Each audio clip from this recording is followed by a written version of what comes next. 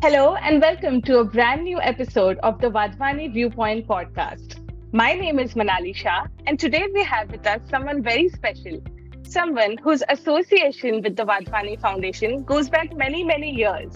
Ajay PV is the founder of a successful startup, and he's an alumnus of the National Entrepreneurship Network, a flagship initiative by the Wadhwani Foundation. We have with us Ajay today, who has been the founder of Scapic, an award winning AR startup which was acquired by Flipkart in 2020. And that led to the birth of Flipkart Camera. Flipkart Camera has enabled 3D and augmented reality experiences within the Flipkart app. With over 300 million visits, it's now one of the world's largest deployments of such a kind in a commerce platform. Ajay, welcome to the show and thank you so much for taking the time out. Thanks, Manali. Pleasure to be here. It's always very nostalgic to be a part of Wadhwani Foundation and NEN events. So happy to share my thoughts today.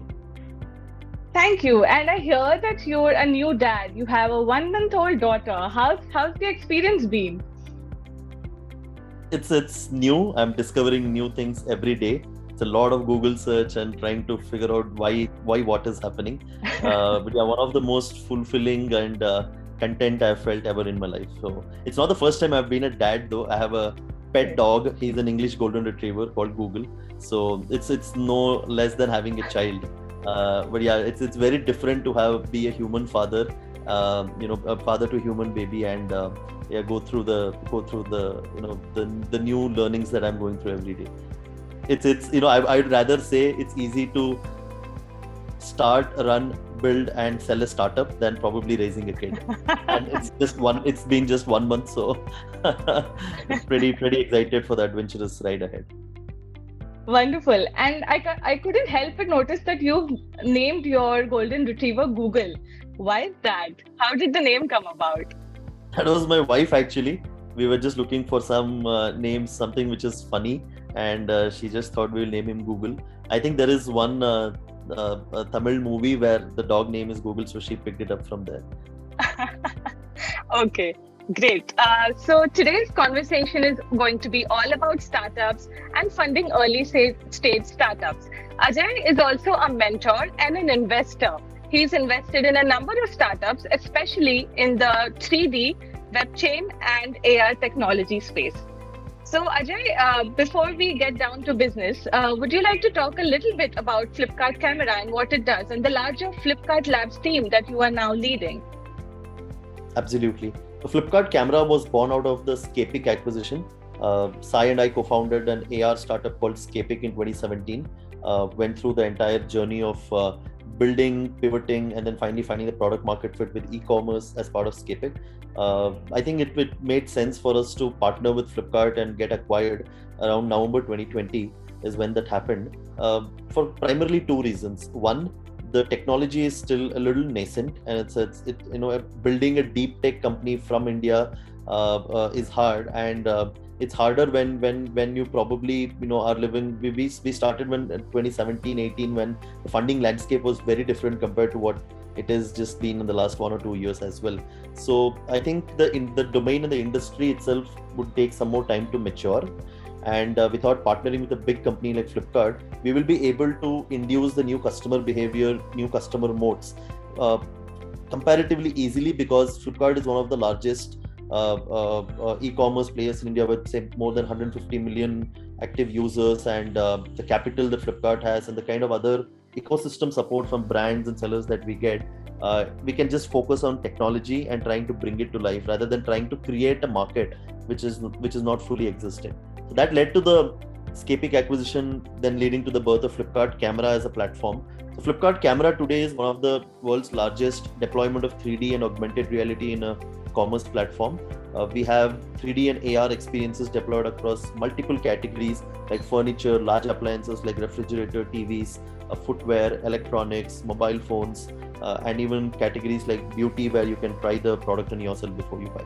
The hypothesis is very simple.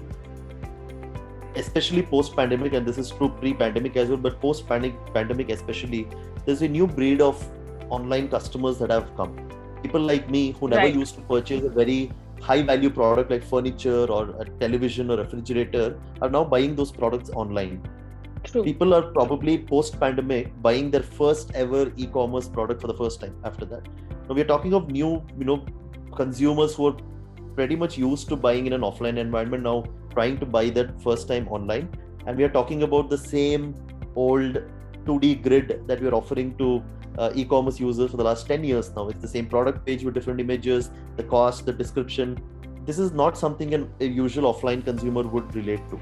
So what Flipkart Camera does is try to bridge the offline and online shopping experience by providing immersive shopping experiences through 3D and augmented reality. What if you could view the furniture exactly how it would look as if it is in front of you in your showroom through your mobile camera in your house? So you tap on your mobile camera, open the camera, tap on it. The furniture is right in front of you through augmented reality. You can go closer to it, you can go around it, see how it looks. You can put the TV on your wall and see how it looks before you buy. You can try beauty products in yourself. You can try the footwear on your feet. So a lot of personalization, size and fit, and immersive experiences is what Flipkart Camera does.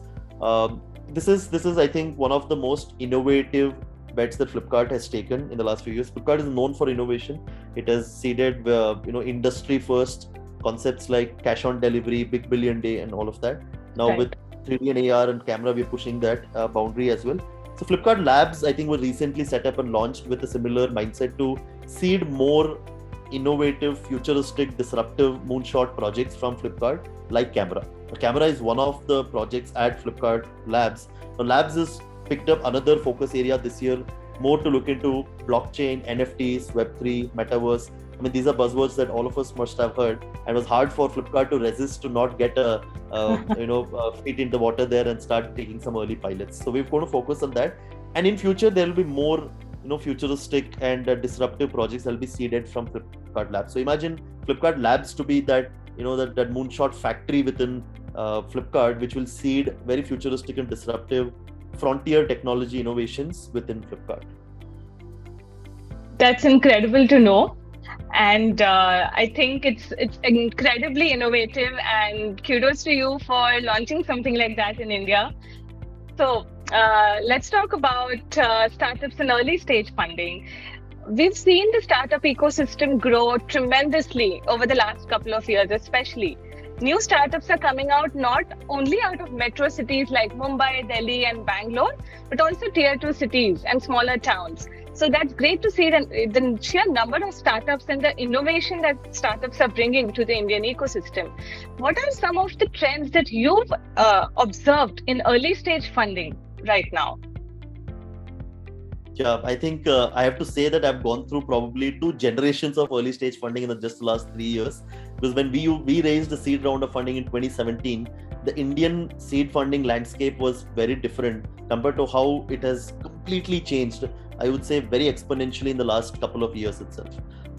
So a quick one about how it was before we get into what I feel the latest trends are, because I continue to participate in as angels and other early stage rounds, invest and advise startups. So although I've not raised seed round of funding in the last 1 or 2 years, I've seen and mentored a lot of startups who have done it, so pretty aware of the industry, right? And so happy to see, because Manali, today it gives me a feel of how the West was a couple of decades back. There are a lot of bold bets that the VCs are willing to take now. They're not playing the safe game. Emerging technologies and deep tech startups are given a lot of encouragement early in the days, which is otherwise, I think 2-3 years back, as I told you, it was not very vividly the case, or at 4-5 years back when we raised the funding, right? India is a primarily consumer-driven market, and any company which is, of course, tech-driven but more focused on consumers is what I think used to rake in a lot of funding. But a pure technology enabler is not something that used to get a lot of encouragement. Very glad to see that landscape changing now. And one of the trends that I see definitely these days is I wouldn't say the bar has gone low. I think sometimes people misinterpret that, the bar for funding has gone low. I think the bar is still high. The opportunities, the kind of,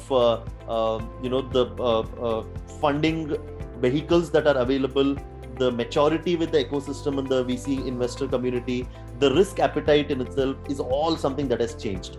the bar is still there. I think it's not easy to raise funds. It's very hard, seeing all the funding news, people sometimes misinterpret that, oh, I can just have an idea and go raise funds. I think, the Shark Tank and all of them have, I think, given a lot of glamour and hype appeal to what startups can do, but all of them do have to go through the long grind before they raise the funding. Just that opportunities are wider, the risk appetite is higher, and the maturity in terms of investing in understanding the space is much higher today.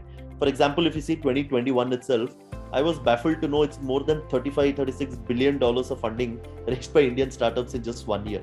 And a sizable number of those deals, in terms of absolute number, around 396 deals in 2021 were for seed stage investments, which aggregates to say around $700 million plus, right? Which means that, India is now opening up and waking up to what West used to do before, which is to give a lot of support at the early stage and breed a lot of startups which have not probably hit revenue. They're still in pre-revenue, they're still idea stage. And that is the biggest trend I see changing, especially in 2021, 2022, where the seed stage investment has grown multifold, and the opportunities that exist for them is available much more than what it was 4 or 5 years back. Yeah, I couldn't agree more with you, Ajay. The number of deals has definitely gone up, but it doesn't mean that it's easy to get funding and that anyone can just do it. So this leads me to my next question. What are some of the essentials or fundamentals that startup founders need to keep in mind to get seed funding for early stage startups? Got it. Yeah. No, I think this part I don't think has much changed between 5 years back, and that's what I was telling. The bar is probably still high. It's just that if you had to struggle 8 months, 9 months to probably knock doors and then find that one VC who has understanding of deep tech and who has understanding of early stage risk appetite, now it's probably reduced by say 4 or 5 months. I mean, that's probably the only difference. What is required by a company or the founders is probably still the same. I believe, and I've learned it through my personal experience, which I didn't know when I was raising funds, but I didn't understand how early stage investors think about it. A lot of emphasis is given to the team and the founders, and not much to the idea or the way they're solving it. Because in an early stage, the companies are just such a early, in a young stage and very early stages of their cycle, that it's impossible almost to predict what would be that $1 billion idea at that stage. The company will have to definitely go through multiple, pivots. They'll have to adapt themselves to market condition. They'll have to tweak some product. Some companies go through a complete overhaul of the product before they hit a product market fit. Product market fit is when, you've got probably an annual recurring revenue and you have a good traction, you have customer base, and that's when you probably raise Series A round of funding. At a seed stage, you don't have product market fit. And investors are very cognizant of the fact that it will take company a couple of loops before they get to that.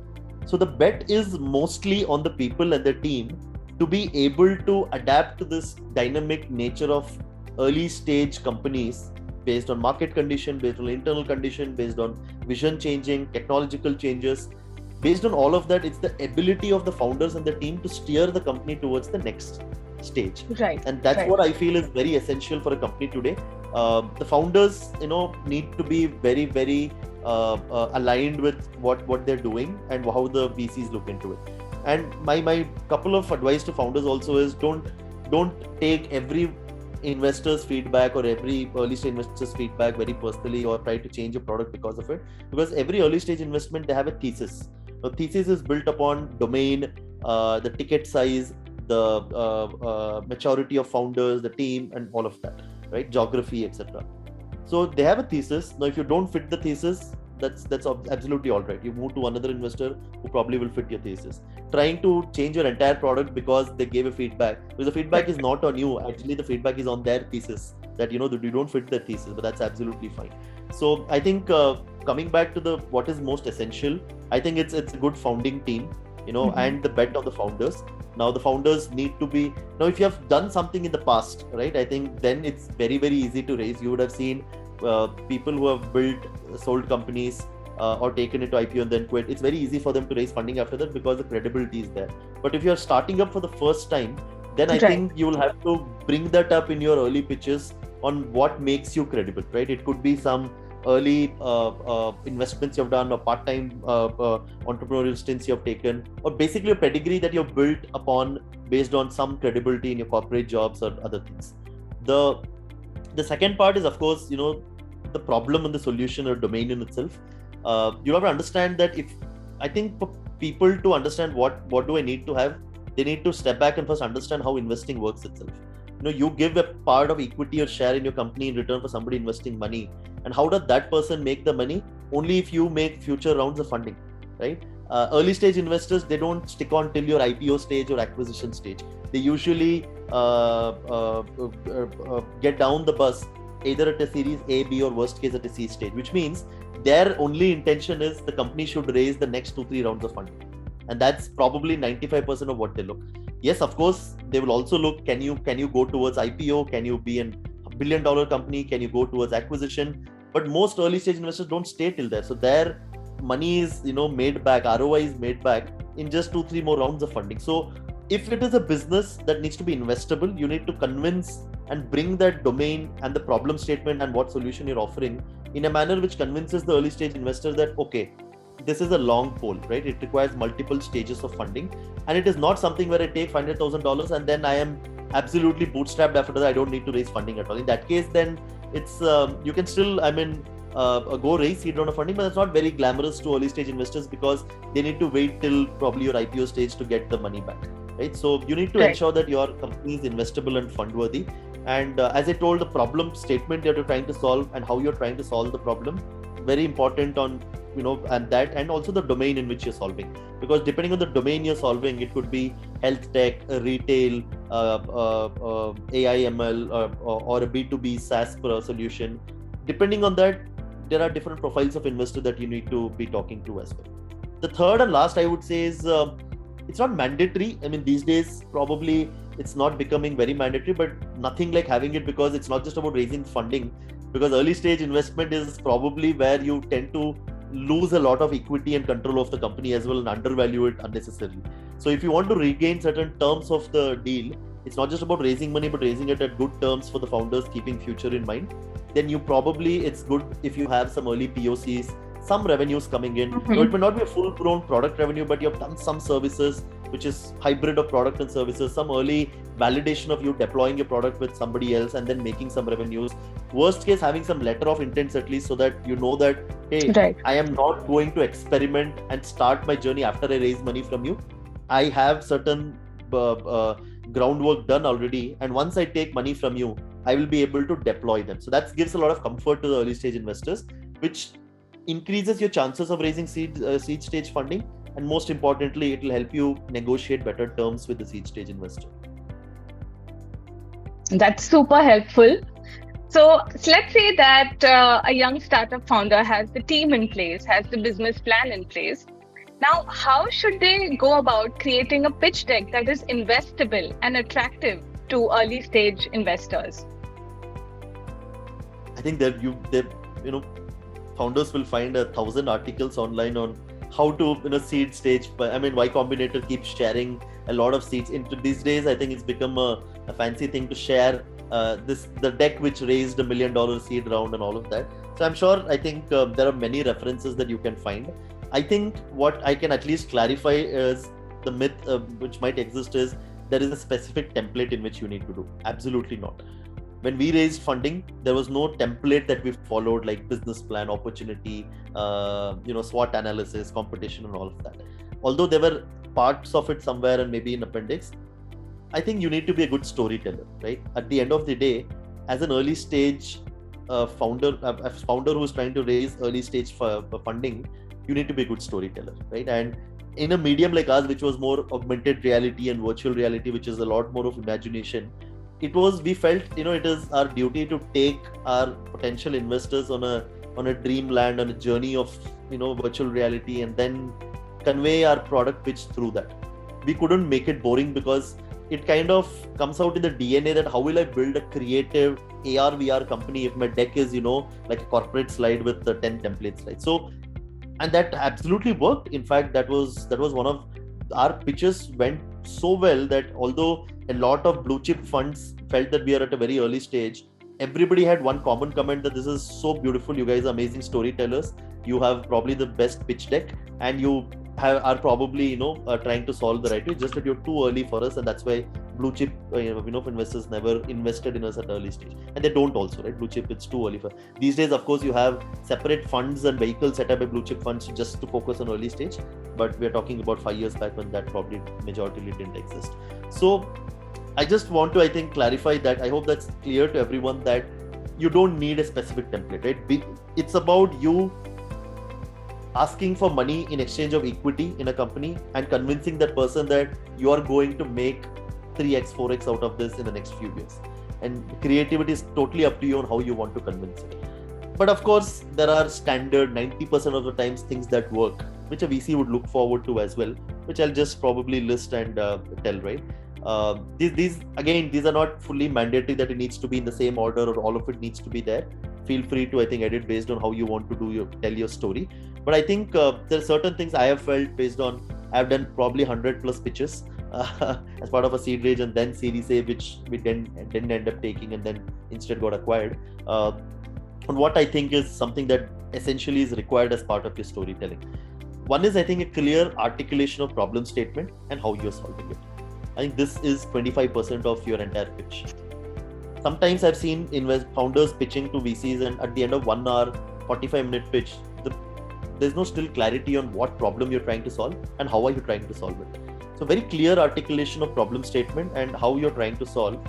And in addition to it, what is your USP, right? It's not just, okay, traffic is a problem in Bangalore, here's how I'm going to solve it. I mean, that everybody could be solving it as well. What is that makes you and your product stand out, and what is that uniquely differentiating your product? That's something that again needs to be called out. You need to have a clear vision. As I told, it's a lot about the ability of the founder to be able to take it till the logical end and being able to navigate all uncertainties that exist as part of startup venture building. So I think you need to have a clear vision, and it's okay. Nobody will hold you on record for it that, oh, your vision was this and now you're changing it. But you need to have a clear vision that these are the assumptions, and if the landscape, the environment, the market, the team, the technology plays this way, that this is how the vision of the company is and this is how I'll build a $1 billion company. It's very important you have that. It's absolutely fine whether you end up changing it later, but you should have that vision that in a controlled environment, this is how I'm going to build the company towards a logical conclusion. Few things like, standard slides like competition, because I think sometimes founders think that, putting competition means I am inviting myself competition, will it be a negative thing for investors? Absolutely not. In fact, if you think that you're the only one doing something and nobody else is doing in the entire world, 90% chances you will not get invested, because VCs don't want to take such a risk. They want to play a game where, there are 2-3 players, there are 4-5 players, right, and from them. And two similar companies being pitted against each, both raising massive venture cap, which is also called, right? Sorry, Manali, am I audible? Okay, there was some. Yeah, I could hear. Yeah, it's fine. Yeah. Okay, so I think having competition slide is absolutely fine. In fact, you should be transparent and openly call out in your domain who are the other competitors, but also call out what makes you different. If there's no difference between you and them, then there's no point of raising fund. But maybe it could be that, they are in US geography, I'm in India geography, that's absolutely fine. But call out what you're differentiating from how you're differentiating from the competition. Opportunity, because VCs, again, as I said, so how big the opportunity is, how big the market, the TAM, SAM, addressable market, the serviceable addressable market, which gives a kind of indication to an investor that, okay, this person, the founder has done their homework to understand it's a big enough opportunity, and the value that the startup can take out of the entire opportunity is also high enough. And that's what makes their eye pop that, okay, it's a big enough opportunity for me to not let go of. Then the team, of course, as I told, early stage investments is mostly about the team. If the team is right, you can absolutely change your idea and build still a unicorn without, having to fret about it. But if you have a bad team, then even it's $1 billion idea on day one, you will not be able to value it at even $10 million if you don't have the right team. So couple of founders or one founder or 3 founders, whatever it is, the good founding team, along with the founders, core team, is what I think is very essential, and you should call that out on how you have built that rock solid core team as well. Business plan. Sometimes people think that it's not necessary for me to put a business plan. You're right. I think there is no practicality if you raise the first $500,000, $1 million, because the business plan you put on how the expenses and revenues will come, 80% won't work out that way, right? It's all going to change. And trust me, VCs know about it as well. Investors know about this as well. The intention is not to put something which they will match every month on month and say, why are you deviating? The intention is to see what is your thought process currently if you were to deploy this fund. They agree that it is dynamic, they understand that it's going to change, but it cannot be a blank slate at which you can start with after you raise the fund. They want to know how would you deploy the fund and how frugal you are, how smart you are, because a base understanding of finances is essential, although you are a tech founder, to make a company successful. And you have seen a lot of companies not succeeding because a base financial knowledge of founder is probably weak. So it's just to understand, do you understand P&L? Do you understand EBITDA? Do you understand gross versus net revenues? Do you understand monthly burn? Do you understand recurring revenues? And the at the end of the day, what is the runway that a startup will have? That's something as a founder you need to know, because if you're just focusing on building the product and not even aware of the runway, there are chances you will hit a dead end and you don't have enough funds in the company. You're not prepared enough to raise the next rounds. So it's good to put a proper business plan which calls out how you will deploy these funds and what is the runway that you have, say 12 months, 18 months, and what will you do with these funds, right? I think that's important. Broadly, this is what I would feel Manali is good enough. As I told, this coupled with your uniqueness of bringing the story out is going to probably, hopefully land you a check at a seed stage. You can of course add additional slides like a SWOT analysis, risk mitigation, and all of it. My suggestion is keep it to the point, short. Right. Have all of these slides in appendix, and depending on investors to investor, depending on fund to fund, there are different questions and focus areas they have. And you can always bring that up as an appendix whenever you want to. Right. I hope all the young founders that are tuning in are taking notes. So you need to have the right team, the right product, and the business plan and the deck, as Ajay just shared. So lastly, say you have all that in place. How and where do young founders approach private investors for seed funding? Yeah, I think we didn't know that. I didn't know how to approach seed, because this is the first time I was raising a seed stage funding back in 2017. I'll tell you how we went about it, and probably there are at least 7-8 other opportunities that exist in India today. In terms of opportunity, these are broad domain, pockets of opportunity, and each of them has hundreds and 200s of opportunities within them as well. What we did ideally is we had appointed a banker, and you wouldn't hear somebody appointing a banker at a seed stage, but we had an early stage banker who were starting their journey as a investment banking, and they said they had good connections with funds, and they said, hey, we will help you raise funds. So we had a banker who actually helped us connect with potential investors, angel investors, and VCs included, and we used them to raise the fund. So that is one way. But of course, these days 99% nobody goes to an investment banker, and investment bankers also don't prefer to invest their time in an early stage funding, because the time it takes to raise a seed stage funding of $500,000 to $1 million, say probably from getting the first pitch deck to landing the entire money in your bank, it takes 8 months to 1 year. It's probably the same for a series A, B, C startups as well. The ROI that the banking firm gets is probably 1/10 of what you get in a higher deal. So the investment bankers also don't prefer it these days, but that's how we went about it. I'll tell you, I think there are 7 to 8 ways in which I would say the opportunities are available, and early stage founders should probably try all of it or majority of it in parallel, because you never know what will land. The first and simple and foremost is, I think before you even know where to approach, you need to understand what is the amount you're raising. Typical values that you raise in a seed stage would be, say, around $500,000, or now it has gone even $1 million is not considered, it's considered as an average seed round of funding. Mm-hmm. Yes, there are companies who raise $2 million, $5 million seed round of funding, but they are very rare startups. Either the founders have 2-3 serial entrepreneurs, or it's such a massive idea that the VCs are putting big weight into it. Otherwise, the usual deal size I've come across is $500,000 to $1 million. Now, if you want something lesser than that, just $100,000, etc., there is the friends and family round that you can do, which is, before the seed. It's called as pre-seed, or, like a bootstrapping kind of investment.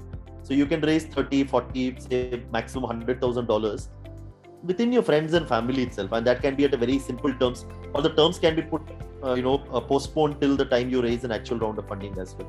But it's not uncommon to see friends and family participating in your seed round of funding as well. When you stitch a seed round of fund of 500 to 1 million, you want to probably invite your friends and family as well, either directly or most usually, as I told, they would have raised $100,000 from friends and family, and then they let them participate in the same round because they wouldn't have negotiated any terms and all that for just $100,000. Angels is definitely one other important channel for you to raise early stage funding. Angel investors in India have grown a lot.